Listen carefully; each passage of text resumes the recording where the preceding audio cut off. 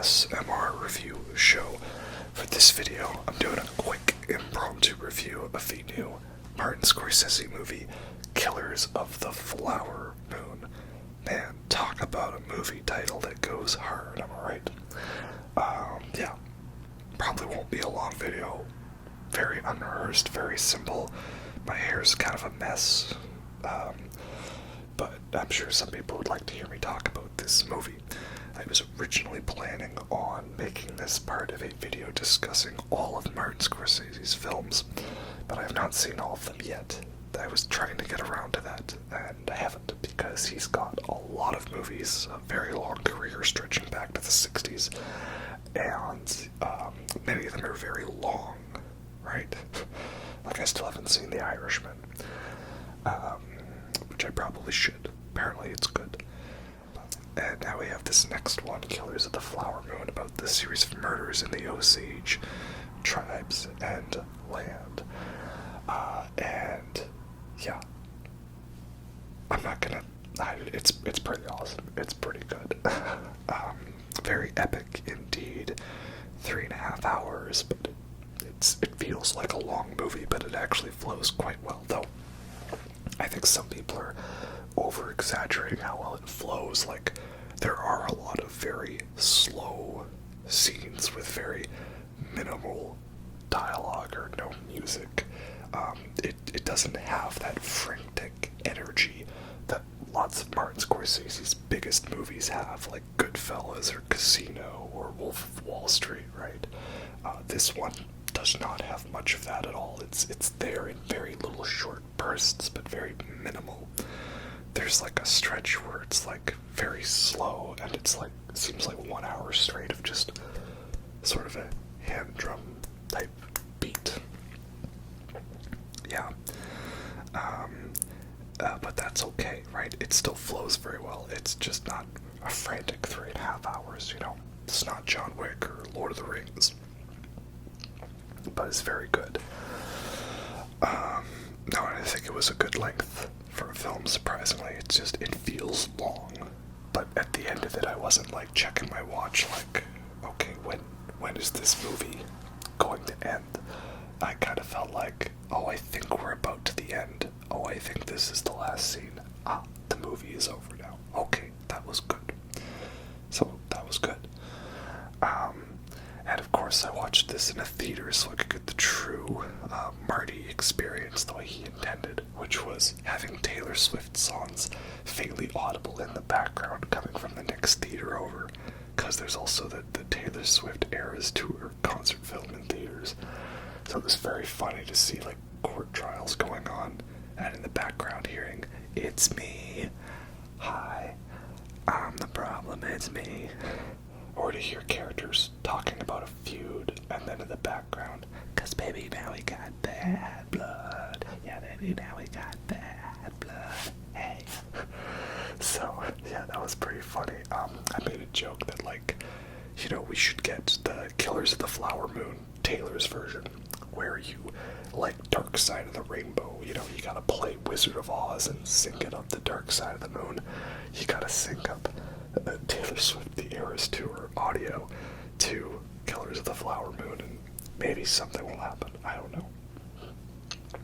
But anyway, that's about all we've got for jokes, because the rest of this is dark and miserable, because it's a dark and miserable movie about dark, miserable things and stories that should come more to light and are, you know, still very relevant to this day. Because it's a movie about murdered and missing Indigenous women, which, at least in my country of Canada, is an issue that politicians have been ignoring for far too long. And with the discovery of, you know, the mass burial grave sites left over from residential schools, yeah, it's still an issue that has not been properly addressed, and it's very bad. Right? It's not good, so this movie, I think, is still quite relevant in the tale that it tells, especially because it is a story that, you know, not really everyone knows. I certainly did not know about it. The film acknowledges the Tulsa massacres, and I have heard of that story, I'm obviously not as familiar with American history as I am Canadian history, because I'm Canadian. They teach us Canadian stuff, not American stuff, as much.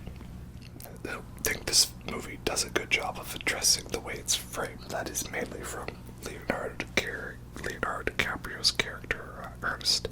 I know he's not Osage, right? You'd think it would be better to frame it from their perspective if it was a story to be told. But I think the film does a good job, particularly towards the end, of acknowledging why we didn't do that, but also how it's wrong we didn't do that. It's a good job of saying, like, well, we wanted to do this movie, but we had to do this movie a certain way, but we knew we couldn't do it a certain way, so we did it another way. Hey guys, sorry, that's just the limitations we have. So I really like that. It's kind of spoilers, so we'll save that for later. I'm assuming if you want to watch this movie, you'll go watch it, or, you'll avoid spoilers and wait for it to be on streaming, of which I don't think it'll be too long for streaming. I mean, it's an Apple movie, so they'll put it on Paramount Plus. They just decided they'd let Marty have a couple of times to have it in theaters, and that's nice. That it wasn't just dropped straight to streaming like with Irishman and Netflix. Funny how I might have gone and seen it in theaters, and it's been on Netflix for many years, and I still haven't watched it yet, but oh well. Yeah, and I think this might be a difficult movie for some people, not just because of the subject matter, but because it's not a fun movie, which should be obvious. But you look at Martin Scorsese movies, and he's usually pretty good at making fun movies with bad people as the protagonist, right?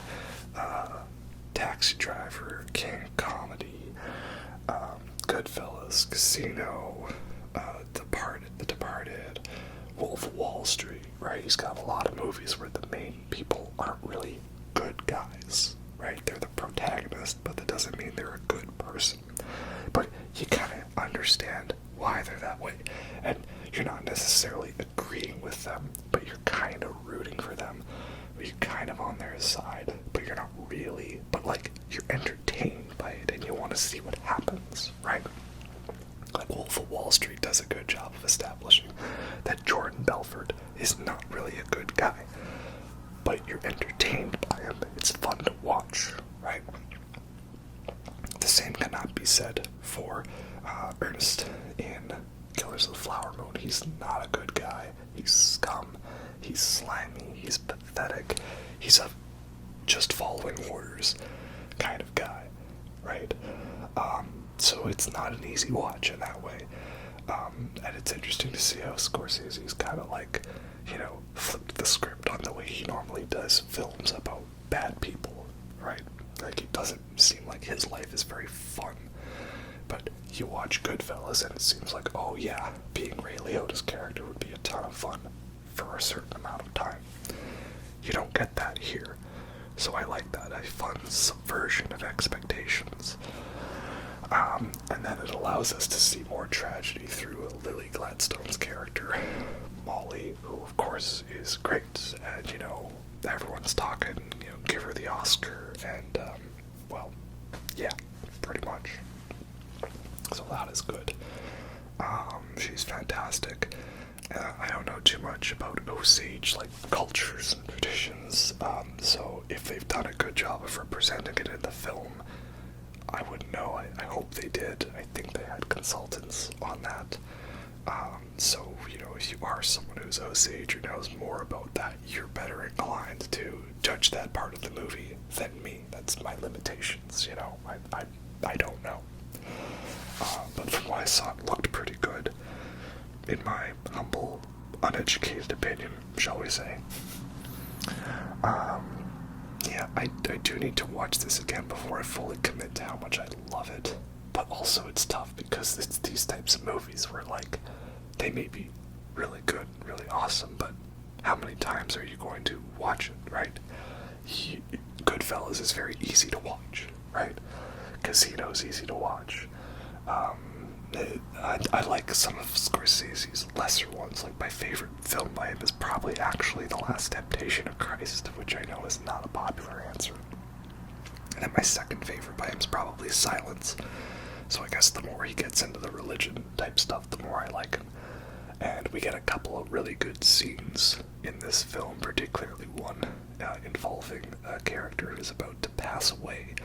Very, very haunting scene, very well done and touching, and a nice moment of beauty in a otherwise beautyless film. So yeah, that is good. And of course Robert De Niro is great. He's a good job of being like someone who is just evil because they are, but evil in the way that exists in the real world of evil. You know, like a Ray Fiennes in Schindler's List, Amon Goth sort of way. So yeah, very despicable indeed. And I was just really invested in like the world and the set design and the editing and the cinematography and the music. It's all top notch on a technical aspect, so that's great. The other thing I really like about this movie is the advertising for it wasn't overly flashy. And what I mean by that is, I'm going to compare it to the other acclaimed director making a 3-hour passion project film in 2023 that ends up turning mostly into a boring courtroom political legal drama for the last hour. And of course I'm talking about Oppenheimer. That one felt like they were trying too hard to push it, like 70mm IMAX, super high def, unreal film, projectors, sound. It's mostly just close-up shots of Cillian Murphy's face. So I like this one. It's a big long epic, but they didn't really like try too hard to market it in that way. They were just like, hey, we got Marty to make a movie. I think it's good. You should go check it out. And it spoke for itself, so that was good. And then I got to be pleasantly surprised by seeing all the visuals and the soundtrack kicking all kinds of ass. But you know, not thinking like, oh, that's cool that it was filmed in 70mm IMAX so I could see close-ups of Cillian Murphy's face like this. Right? Oh well. I mean, I still liked Oppenheimer, but you know, it's two different styles of film. It would be interesting to see an edit of like the courtroom scenes in this movie, but like with the Oppenheimer music, you know, all loud and stuff like that. And yeah, this movie was so quiet, which is why I could hear all the Taylor Swift from the other side. Oh well. Yeah, so a few spoiler details, okay, because I want to talk about some of the endings or the bits and pieces, right? Many little haunting bits here and there, but I love the ending. The ending was such a great solution to the whole ending the biopic with text fading in explaining what happened to the characters after the events of the film, right? Such a lazy thing. We see every biopic do it. Sometimes it can be good, but you know, it's mostly formulaic, right? Like, it's the joke a friend of mine made when we were watching the movie trailers before a movie, right? Like, biopic looking movie comes up and he says, I bet that's the kind of movie that ends with text that says what happened to the characters after the events of the film. Like, it's so true. So what's Marty's solution for this? Well, he turns it into a kind of a spoof on a true crime podcast that's like an old school radio drama. And, you know, it's like, it's summarizing the events, but it's also turning it into like that stylized mockery for the entertainment value, you know, for the big word, say it with me, content, right? You don't make art anymore. You don't make videos. You make content, right? I still try to make art. That's just me, though. But the algorithm doesn't like that.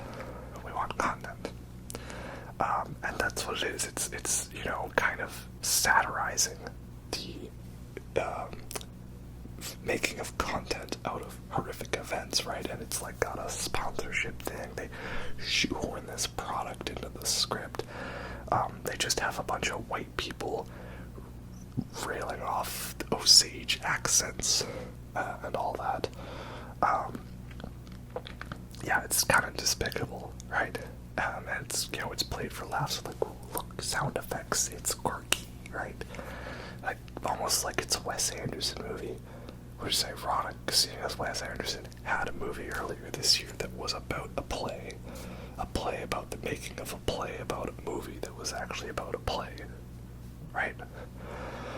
But then we get the best Marty cameo that we've ever had, because a guy steps on stage to read out the obituary of Lily Gladstone's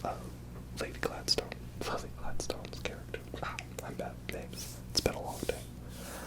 Marty steps up and starts speaking, and he looks directly at the camera reading this obituary, and you kind of realize, like, he's really saying this, like, from the heart about his passion for this story, but also he's kind of making fun of the true crime podcast obsessed people that are all about, like, oh yeah, like, let me take this horrible thing that happened and but, you know, package it in a easily digestible way for me, and the sensationalizing of that, and he's making fun of radio dramas, but he's also pointing out his own limitations as a filmmaker, because he's like, yeah, my name's Marty, I'm a filmmaker, you know, I'm New Yorker, I like New York, raised Catholic, and but I'm not part of the Osage tribe, and so this is the best I could do with what I had, and it's like, it's brilliant. And then we cut from that to what I think is meant to be some kind of ritual celebration that may or may not be in modern day. Like, you know, to me, that's almost like Schindler's List ending, you know, like going from the fake to the real, right? Like the film actors to the real people sort of ending, where it turns into a documentary. It kind of gave me similar vibes to that, which is, like, brilliant. So I'm really excited to rewatch the film. But, and I love that. I think that was such a good way to, like, tie the whole idea behind this film together, right? It's not flashy. It's not fun. It's not, well, I mean, it's a beautifully shot film, but it's a lot of ugly stuff happening, right? A lot of the characters are kind of despicable with no redeeming qualities. Ernest as protagonist is kind of very self-centered and spineless, and also a sort of, you know, just following orders kind of guy. And, you know, the whole time I didn't know this true story. I was wondering, like, is it gonna be a Dances with Wolves thing, you know, where he, like, you know, does the right thing and stuff, and, you know, he's the hero, right? The white savior sort of thing. No. He kept waiting for that moment to happen, or maybe he's gonna do the right thing. No, he did not listen. He's not Mookie. He did not do the right thing. So, yeah, that's how it is. Side note, though, the whole true crime podcast, it's not really a new thing per se. Like, I remember growing up and seeing all these, like, you know, murder documentaries on TV where they'd have, like, actors playing, like, a dead person, being like, I was killed here, and this is my story. Like, that was back in, like, early 2000s still. It's not exclusively a 2010s, 2020s thing. Just saying. Yeah. So, you know, it's brilliant. Absolute cinema. Absolutely. Nothing like it. I love it. It's very great. I'm excited to rewatch it when it's out on streaming. I'm excited to watch Taylor's version. And eventually, when I get through seeing all of the Martin Scorsese films that I have not seen yet, then I would like to at some point make a video talking about all of them.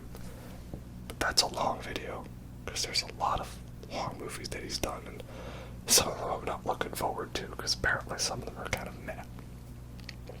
Do I need to watch Who's Knocking at My Door, or Alice Doesn't Live Here Anymore, or New York, New York? Can I skip those? I certainly don't need to watch, like, all the concert videos and the music documentaries or stuff like that, right? Right. Anyway, that's all I've got to say on this one. I hope I didn't butcher pronunciations or facts or interpretations of stuff too too much. This is just me trying my best. That's all we can do. Anyway, hope you all enjoyed that. And I'll catch you next time.